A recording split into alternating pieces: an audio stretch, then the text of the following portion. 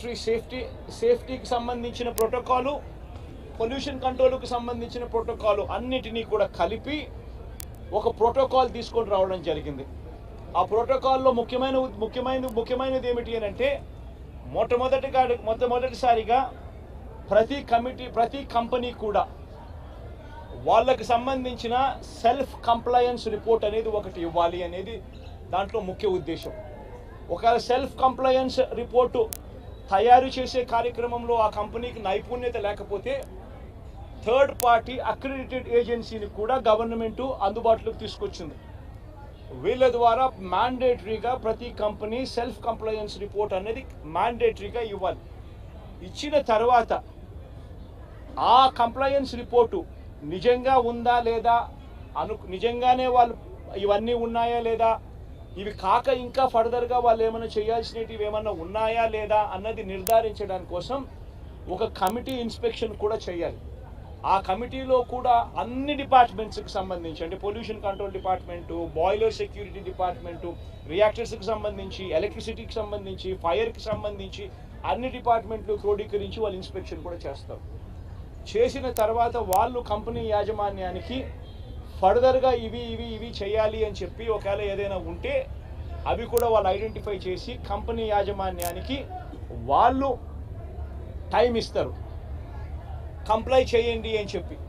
అది 15 రోజులు టైం ఇస్తారు. అంటే కంప్లయన్స్ రిపోర్ట్ వచ్చిన తర్వాత మళ్ళీ వీళ్ళు 1 మంత్ లోపల వీళ్ళు ఇన్స్పెక్షన్ చేసిన రిపోర్ట్ వచ్చిన తర్వాత ఆ ఇన్స్పెక్షన్ రిపోర్ట్లో కంపెనీ ఫర్దర్గా ఏమైనా చేయాల్సి ఉంటే మళ్ళీ వాళ్ళకి 15 రోజులు టైం ఇస్తూ వీళ్ళు మళ్ళీ ఒక రిపోర్ట్ అనేది ఇస్తారు. ఆ రిపోర్టును ఆ 15 రోజుల లోపల వాళ్ళు చేసేట్టుగా జాయింట్ కలెక్టర్ ఆధ్వర్యంలో ఒక జాయింట్ కలెక్టర్కి ఆ రెస్పాన్సిబిలిటీ ఫిక్స్ చేసి జాయింట్ కలెక్టర్ ఆధ్వర్యంలో ఆ ఇన్స్పెక్షన్లో వాళ్ళు చెప్పినవన్నీ జరిగాయా లేదా అని మానిటర్ చేసే రెస్పాన్సిబిలిటీ ఆ జేసీకి ఇస్తుంది. ఈ ప్రోటోకాల్, ఈ సిస్టమ్ ఉంది. ఇది ఒక రిఫార్మ్ కింద ఎల్జీ పాలిమర్స్ ఘటన జరిగిన తర్వాత నీరబ్ ప్రసాద్ గారి ప్రస్తుత చీఫ్ సెక్రటరీ గారు ఆయన ఆధ్వర్యంలో హై లెవెల్ కమిటీ వేసిన తర్వాత ఆయన స్టడీ చేసిన తర్వాత ఆయన ఇచ్చిన సిఫార్సులతో ఈ జియో ఇష్యూ చేసి ఈ ప్రోటోకాల్ అనేది ఎగ్జిస్టెన్స్లో ఉన్న ఈ జియోను తూచా తప్పకుండా ప్రభుత్వం గన మానిటర్ చేసి ఉండింటే, ఇది జరుగుతుందా లేదా అన్నది గన గవర్నమెంట్లో ఉన్న పెద్దలు మానిటర్ చేసి ఉండింటే చాలు ఇటువంటి ఘటనలు మళ్ళీ పునరావృతం కాకుండా ఉండే పరిస్థితి ఉండేది. కానీ అన్ఫార్చునేట్గా ఏం జరుగుతూ ఉంది, వీళ్ళ ప్రభుత్వం వచ్చిన తర్వాత గత 3 నెలలుగా ఏం చూస్తూ ఉన్నాము అని అంటే వీళ్ళు గవర్నెన్స్ మీద ధ్యాస లేదు. వీళ్ళకు ప్రజలకు సూపర్ 6, సూపర్ 7, సూపర్ 10 పేరుతో వాళ్ళు ఇచ్చిన మాటల మీద వీళ్ళకు ధ్యాస లేదు. వీళ్ళ ధ్యాస అంతా రెడ్ బుక్ పరిపాలన, వీళ్ళ ధ్యాస అంతా రెడ్ బుక్ తెరచడము, ఎవరెవరికి కక్షలు ఉన్నాయో ఆ కక్షను తీర్చుకునేదానికి గ్రీన్ సిగ్నల్ ఇవ్వడం. ఇది వీళ్ళ పరిపాలన మీద వీళ్ళ ధ్యాస. వీళ్ళు పెట్టాల్సిన ధ్యాస ఇటువంటి రిపోర్ట్ల మీద, ఇటువంటి కంప్లయన్స్ మీద, ఇటువంటి ఘటనల మీద ఎవరెవరు ఏమేం చేయాలి అని చెప్పి ప్రోటోకాల్ ప్రకారం జరుగుతూ ఉందా లేదా, ఇవన్నీ జరుగుతున్నాయా లేదా అని చెప్పి చూసుకొని గవర్నెన్స్ పాలసీ రెగ్యులర్గా జరిగి ఉంటే ఈరోజు ఫ్యాక్టరీస్ పరిస్థితి ఇలా ఉండేది కాదు. ఈరోజు ఈ కార్మికులు చనిపోయి ఉండేవాళ్ళు కాదు. ఈరోజు స్కూళ్ళు బాగుపడి ఉండేటివి. ఇంగ్లీష్ మీడియం టోఫుల్ 3వ తరగతిలోనే టోఫుల్ పీరియడ్ తీసుండేవాళ్ళు కాదు. నాడు నేడు కొనసాగుండేది. గోరుముద్ద కార్యక్రమం బాగా జరుగుతూ ఉండేది. ఇవన్నీ కూడా జరుగుతూ ఉండేటివి. ఒకవైపున స్కూళ్ళు నాశనం అయిపోయాయి, మరోవైపున హాస్పిటళ్ళకి సంబంధించి జనవరి నుంచి రావాల్సిన బిల్లులు, జనవరిలో బిల్లులు ఏదైనా ఉంటే ఫిబ్రవరిలో ఆ బిల్స్ ప్రాసెస్ చేస్తారు, మార్చిలో ఆ బిల్స్కి సంబంధించిన పేమెంట్ని క్లియర్ చేస్తారు. ఆరోగ్యశ్రీ నెట్వర్క్ హాస్పిటల్స్కి సంబంధించి మార్చి 16వ తారీఖున కోడ్ వచ్చింది. ఇక అప్పటి నుంచి జనవరికి సంబంధించిన బిల్లులు పూర్తి జనవరికి సంబంధించినప్పటి నుంచి ఇప్పటిదాకా ఆరోగ్యశ్రీ బిల్లులు నెట్వర్క్ హాస్పిటల్లో ఇవ్వడం లేదు. ఆరోగ్యశ్రీ హాస్పిటల్కు బిల్లులు రావడం లేదు. కాబట్టి ఏ పేషెంట్ అయినా హాస్పిటల్కి పోతే ఆ హాస్పిటల్లో ఆ పేషెంట్ డబ్బులు లేక కట్టలేని పరిస్థితిలో, పేషెంట్ అధ్వానమైన పరిస్థితిలో బతుకుతూ ఉన్నాడు.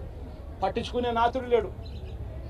పిల్లలకు సంబంధించిన ఫీజు రీయింబర్స్మెంట్ అనే కార్యక్రమం గతంలో వైఎస్ఆర్సీపీ ఉన్నప్పుడు ఏ రకంగా జరిగేది?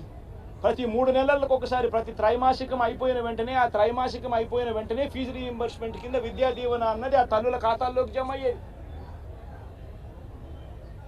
ఈరోజు 2 క్వార్టర్స్ అయిపోయాయి, 2 త్రైమాసికాలు అయిపోయాయి. జనవరి, ఫిబ్రవరి, మార్చు, ఏప్రిల్, మే, జూను. ఇప్పుడు 3వ త్రైమాసికం కూడా జూలై, ఆగస్ట్, సెప్టెంబర్ కూడా అయిపోవస్తూ ఉంది దాదాపుగా. ఇంతవరకు పిల్లలకు సంబంధించిన ఫీజు రీయింబర్స్మెంట్ బకాయిలు ఇంతవరకు రూపాయి కూడా ఇవ్వాల. పిల్లల్ని ఈరోజు కాలేజీలలో చేరేటప్పుడు కాలేజీ యాజమాన్యాలు ప్రభుత్వం ఎప్పుడు ఇస్తుందో తెలియదు, ఇస్తుందో లేదో తెలియదు, మీరు ఫీజులు కట్టాల్సిందే అని చెప్పి ఒకవైపున ఫీజులు డిమాండ్ చేస్తూ ఉన్నాయి కాలేజీ యాజమాన్యాలు, మరోవైపున పిల్లలకు సర్టిఫికెట్లు మేము ఇవ్వము మీరు ఫీజులు కట్టకపోతే అని చెప్పి ఫీజుల మీద పిల్లల మీద ఒత్తిడి తీసుకొస్తూ ఉన్నాయి కాలేజీలు. పట్టించుకునే పరిస్థితి లేదు. వ్యవసాయం ముమ్మరంగా సాగుతూ ఉంది. రైతులందరికీ కూడా పెట్టుబడి సహాయం కింద 20,000 రూపాయలు ఇస్తానన్నాడు. ఆ పెట్టుబడి సహాయం ఏమైందని రైతు అడుగుతూ ఉన్నాడు. గతంలో కనీసం 13,500 వచ్చేది. ఈరోజు పెట్టుబడి సహాయం కింద 20,000 ఇస్తానన్నాడు. ఇంతవరకు రూపాయి ఇలా పెట్టుబడి సహాయం పోయింది.